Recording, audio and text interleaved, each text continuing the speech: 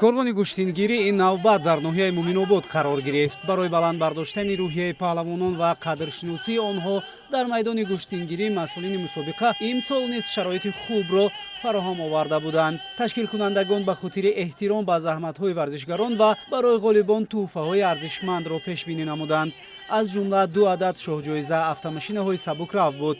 Шодмон Ризоев яке аз паҳлавонони шинохта ва маҳбуби тоҷик аст, ки имсол қаҳрамони аксар гӯштинҳои майдонӣ буд. ин навбат низ ӯ бо ҳузури худ майдони гӯштингирии Муминободро шукӯҳи дигар бахшид. 50 000 сомонӣ барои рақобати ӯ бо паҳлавон аз Федератсияи Русия Ибрагим Китиев гузошта шуд. ин нерӯсанҷии пуршиддат, ки бисёриҳо интизори пирӯзии Шодмонро доштанд, дар ниҳоят ба суди паҳлавони меҳмон анҷом ёфт.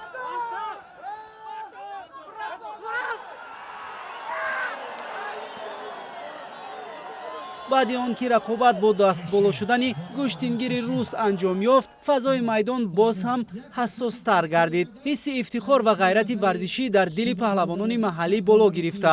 мухлисон интизори тағйирот буданд ва ниҳоят Комроншоҳи Устопирён бо иродаи қавӣ ва эҳсоси масъулият талаби қуввоозмоӣ бо Ибрагим Китиевро ба миён гузошт ва тавонист қасди нокомии Шодмон Ризоевро ҷуброн намояд. ин аз ҳаяҷони қисмати аввали гӯштини Муминобод буд. дар идомаи нерӯсанҷиҳо набарди Шариф Назриев барои шоҳҷоизаи аввал бо Рустам Хоҷаев аз рӯйдоди муҳими дигари ин ба ҳамоии паҳлавонони номдор ба ҳисоб мерафт.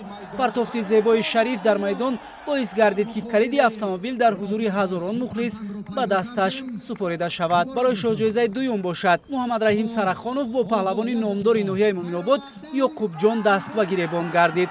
таҷрибаи бештар дар чунин майдонҳо барои Муҳаммадраҳим имкон фароҳам сохт, то ин ҳарифашро сарафканда намояду калиди автомошинаи Toyota Camryро аз дасти масъулин бигирад.